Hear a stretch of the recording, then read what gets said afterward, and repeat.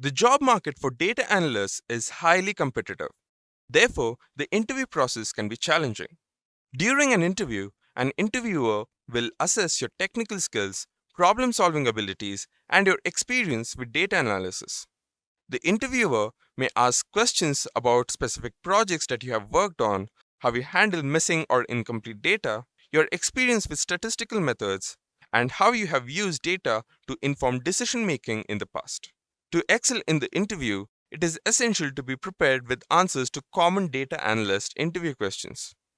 To answer those questions effectively, you should prepare examples and additional details to demonstrate your understanding of the subject matter. Additionally, it is crucial to be well versed in the latest developments and advancements in the field of data analysis. Hi everyone, I am Elton from Edureka, and in this video, I will take you through some of the most commonly asked data analyst interview questions. So let's not waste any more time and see our agenda for today. We will start with the most generally asked interview questions for a data analyst interview. After that, we will see interview questions on statistics, interview questions on Python, and interview questions on SQL. We will cover around 30 questions in total. So let's head over to the first part, which is the general interview questions. So the first question for today is mention the difference between data mining and data profiling. You can think of data mining as the process of sorting through large datasets to identify patterns and relationships that can help you solve business problems through data analysis. The thing over here is that data mining will help you discover relevant information that has not been identified before, whereas data profiling is done to evaluate a dataset for its uniqueness, logic, and consistency. This basically means that you're checking your dataset to see if it's valid for your use case. The second difference is that in data mining, raw data is converted into valuable information. This can either be done through scraping data from the internet or filtering the existing dataset. But in data profiling, you cannot identify inaccurate or incorrect data values. Now let's head over to the second question. Define the term data wrangling in data analytics. By definition, data wrangling is the process of transforming and mapping data from one data form to another format. Basically, data wrangling is the process wherein raw data is cleaned, structured, and enriched with the intent of making it more valuable for data analytics. This process can turn and map out large amounts of data extracted from various sources into a more useful format. Techniques such as merging, grouping, concatenating, joining, and sorting are used to analyze data. Thereafter, it gets ready to be used with another dataset. Our third question for today is, what are the various steps involved in a data analytics project? This is one of the most basic data analyst interview questions. The various steps involved in any common analytics projects are as follows. You start with understanding the problem. Understand the business problem, define the organizational goals, and plan for a lucrative solution.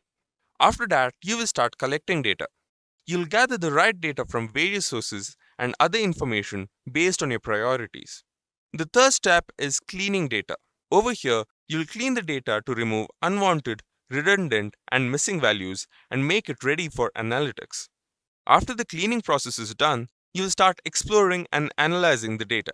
You can do this by using data visualization and business intelligence tools, data mining techniques, and predictive modeling to analyze the data. The last step is interpreting the results. You will interpret the results to find out hidden patterns, future trends, and then gain insights. Our fourth question for today is, what are the common problems that data analysts encounter during analysis? One of the biggest problems that data analysts face is handling the data, right? It starts with handling redundant data, collecting the right data at the right time, handling data purging and storage problems, keeping that data secure, and then handling compliance issues. These are some of the most common problems that data analysts face, and you should have a solution for this when you attend a data analyst interview. With that, let's head over to the fifth question, that is, list out some of the common tools that you have worked with. Now, this question can be considered as a pattern of skill set that most data analysts should have. Let's start with database systems. In database systems, you will need to know MySQL, MongoDB, Apache Cassandra, and CouchDB. These are some of the most commonly used database tools. After that, a data analyst also needs to know how to report and create dashboards, right? For that, you will need Excel, Tableau, and Power BI. A data analyst also needs to know how to code.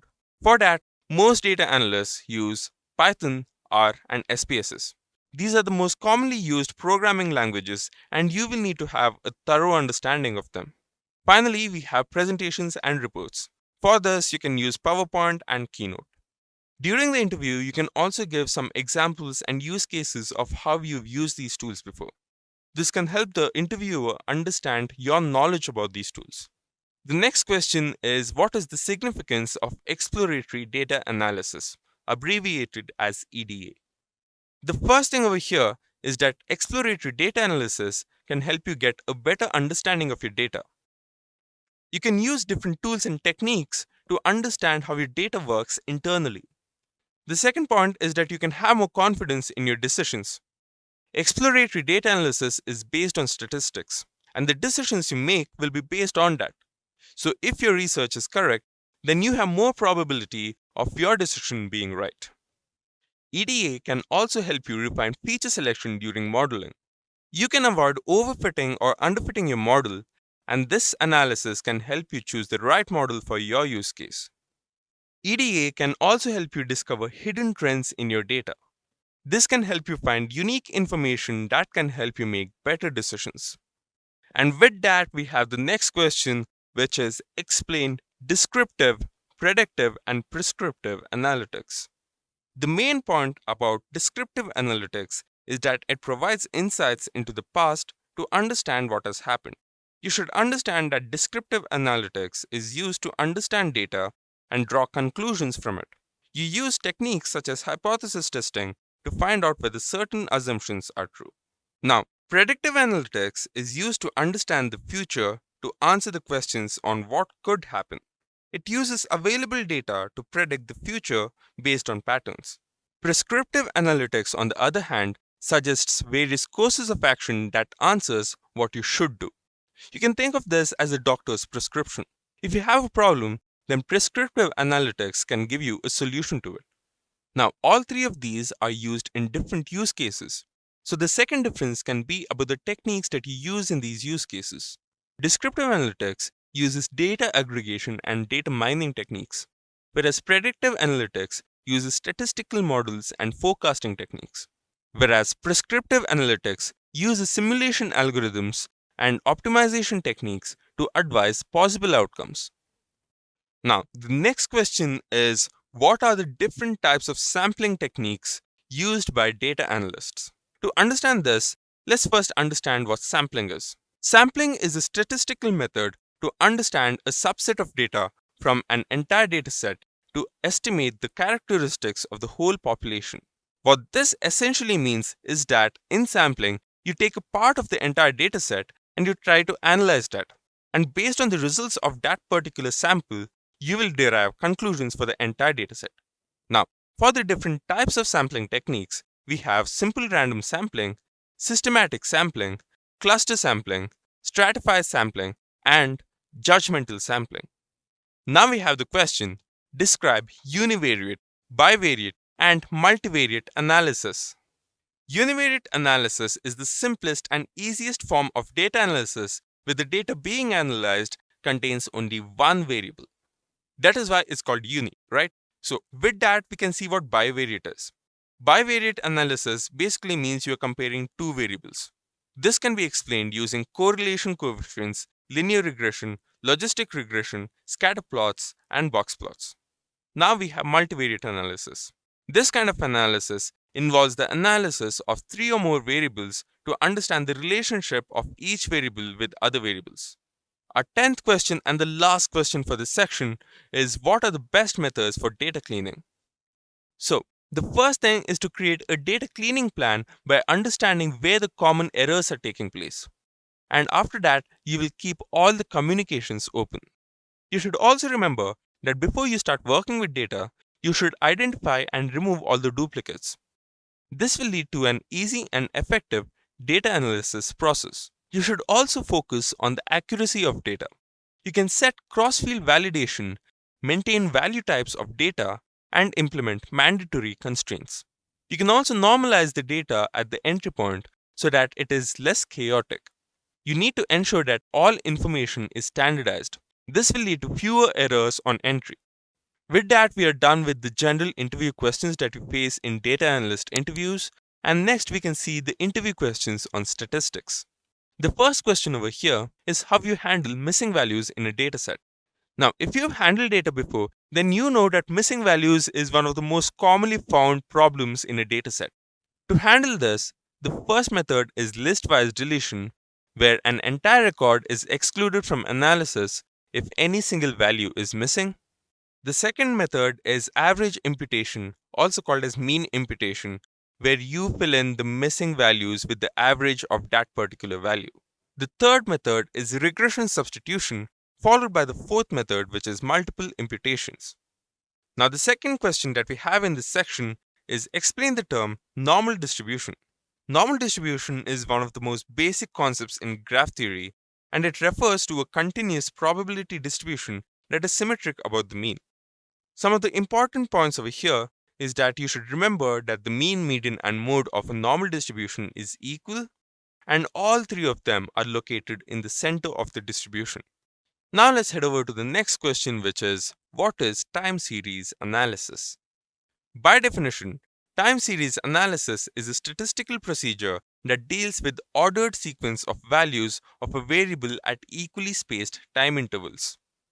Basically, time series data is just data that is collected at adjacent time periods. That is why you can see a correlation between the observations. This feature distinguishes time series data from cross-sectional data. I have added two graphs below for you to understand this concept better.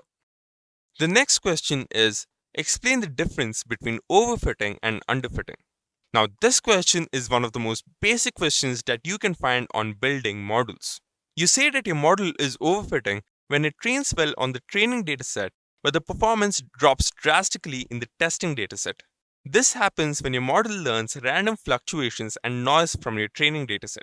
Underfitting occurs when your model does not really train well on the training dataset and performs poorly on both training and testing dataset. This occurs when your training dataset is so small that it can't really derive any conclusions, or if you're developing a linear model with a non-linear dataset. After this, we have the question, how do you treat outliers in dataset? Now, to answer that question, the first thing that you need to understand is what is an outlier. Basically, an outlier is just a data point that is distant from other similar points. This may occur due to variability in the measurement or may indicate experimental errors. Now, for you to treat outliers, the first thing that you can do is drop outliers, where you can just delete all the records that contain outliers. And the second method is capping outliers data. The third method is assigning a new value. You can assign the mean, median, or some other appropriate value over here. The fourth thing that you can do is just try a new transformation. And with that, we come to the next question, which is what are the different types of hypothesis testing? A hypothesis is basically just an educated guess about a specific parameter or population. And hypothesis testing can be described as the procedure used by statisticians and scientists to accept or reject a statistical hypothesis. Now, in hypothesis testing, you have two different kinds of hypotheses. The first thing is a null hypothesis, and the second one is an alternative hypothesis. Now, you can also get another question based on this concept. What is the difference between type 1 and type 2 errors? The type 1 error occurs when the null hypothesis is rejected even if it is true, whereas the type 2 error occurs when the null hypothesis is not rejected even if it is false. Now let's end this section over here and head over to the interview questions on Python. The first question in this section is what is the correct syntax for reshape function in NumPy? For you to use the reshape function, all you need to do is use two parameters. The first parameter is the array name and the second parameter is the shape of that array. Now, I have attached a snippet that uses the reshape function over here. Go through it and type the output in the comment section. What are the different ways to create a data frame in Pandas? For this question, you can list down the two ways to create data frames in Pandas. The first method is by initializing list, And the second one is initializing a dictionary. For you to create a pandas data frame using lists, the first thing that you need to do is type pandas.dataframe and then give it two parameters, data and columns. Now, the data parameter consists of a list containing different lists. This will later be converted into your records. And the second parameter, columns, will consist of your column names. Initializing a pandas data frame using dictionary is even simpler. All you need is a dictionary with values which you can convert into a data frame. The syntax is just pandas.dataframe, and in the parameters, you will mention the dictionary's name. For the next question we have, there are two arrays A and B. Stack the arrays A and B horizontally using the NumPy library in Python. Now for this question, there are two ways you can approach it. The first way is the concatenate method, where you will type numpy.concatenate A and B and then mention the axis. The second method is the headstack method. This is another NumPy method where in the parameters you will provide a list with the values A, B. Next question is, how can you add a column to a pandas data frame? Doing this is extremely simple. All you need to do is type the data frame's variable name followed by the column name. This is then assigned values from a list. So let's move on to the next question, which is, how will you print 4 random integers between 1 and 15 using NumPy? This is again a very simple question. If you refer to the snippet that I have given you over here, you can see that in the second line, I have used numpy.random.randint and I have given a few parameters. This randint function can help you generate your numbers. Now, the randint function itself has 3 parameters, right? In this method, the first value represents the start point.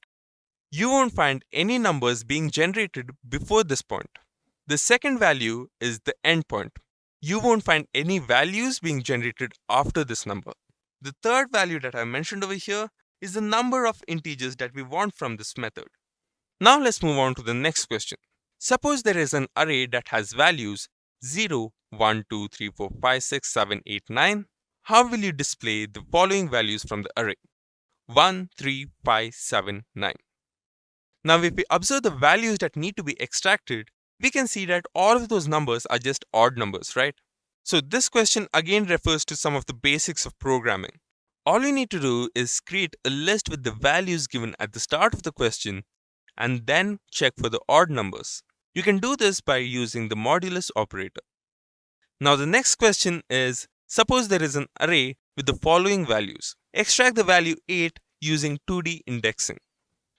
To answer this question, all you need to do is start by creating your NumPy array, and over here you will pass the same values as given in the question. You can do this as follows. Now if you check your array, then you can see that the value 8 lies in the third row and the second column, right? But the indexing in Python starts from 0. So the third row becomes the second row and the second column becomes the first column. So if you type those indexes, you will definitely get your answer. And then we have the next question. How do you select specific columns from a data frame? Now this is also a basic question. You can do this with a single line of code. You will start by typing the data frame name and you will open two sets of square brackets inside one another. Once you do this, you can type the names of the columns that you want inside the inner square brackets. With that, we can come to the fourth section of this video, which is data analyst interview questions on SQL. The first question in this section is, what is the difference between where clause and having clause in SQL? Let's do this with a table. The first point is that where clause operates on row data, which means that when you use a where clause, you are only operating on individual rows of data. The having clause, on the other hand, operates on aggregated data. In the where clause, the filtering occurs before the groupings are made in the data. But the having clause is used to filter values from a group of data. In the where clause, you can't use aggregate functions, but having clause allows you to do that. The second question is a very common sort of question. Is the following SQL query correct? Now in the interview, the interviewer can ask any kind of SQL query. You need to make sure that you have a thorough understanding of SQL before attempting to answer these questions. So, the query is as follows. Select customer ID and order date from year as order year from order where order year is greater than or equal to 2023. Now, is the SQL query correct? Pause the video over here and analyze the question. You can type your answers in the comment section down below. So, what's your answer? If you answered that the query is correct, then you are wrong. The query stated above is incorrect, as we cannot use the alias name while filtering data using the where clause. It will throw an error. The correct form of the SQL query is as follows. All you need to do is pass the order date through year, not directly. Now with that, let's see the next question, which is, what is subquery in SQL? A subquery in SQL is just a query within another query. It is also known as nested query or an inner query. Subqueries are just used to enhance the data which is queried by the main query. These queries come in two types, correlated and non-correlated. You can find more information about correlated and non-correlated subqueries in the blog that has been given in the description. Next, we have what is the difference between delete and truncate statements. The delete command can delete rows in your table. You can delete individual rows or a group of rows.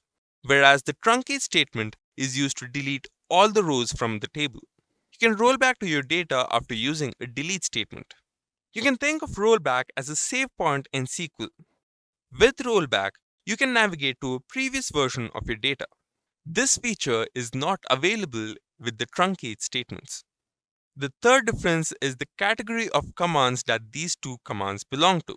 Delete is a DML command, whereas truncate is a DDL command. The fourth difference between these commands lie within speed. The delete command is slower than the truncate command. Let's now head over to the next question, which is, what do you understand by query optimization? Query optimization is basically a phase that deals with optimizing the efficiency of your query.